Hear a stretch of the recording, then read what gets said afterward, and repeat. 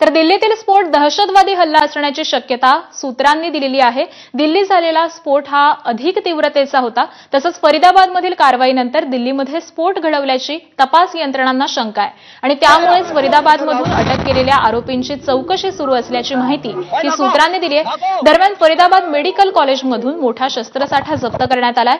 2 डॉक्टरांसह 7 दहशतवाद्यांना अटक करण्यात आली आहे। तसंच 2900 किलो स्फोटक देखील जप्त करण्यात आली आहेत। यूपीचे डॉक्टर आदिलसह हरियाणाचे डॉक्टर मुजम्मिल यांनाही अटक करण्यात आली।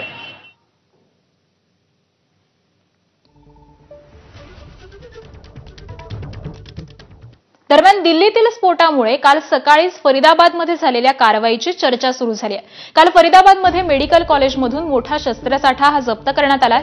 2 डॉक्टरांसह 7 दहशतवाद्यांना अटक करण्यात आली आहे। तसंच 2900 किलो स्फोटक देखील जप्त करण्यात आली आहेत। हेच फरीदाबाद मेडिकल कॉलेज दिल्लीतील स्फोटाच्या स्थळापासून अवघ्या तासाभराच्या अंतरावर आहे। त्यामुळे फरीदाबादमधील कारवाईचा दिल्ली स्फोटाशी संबंध असल्याची माहिती सध्या समोर येते।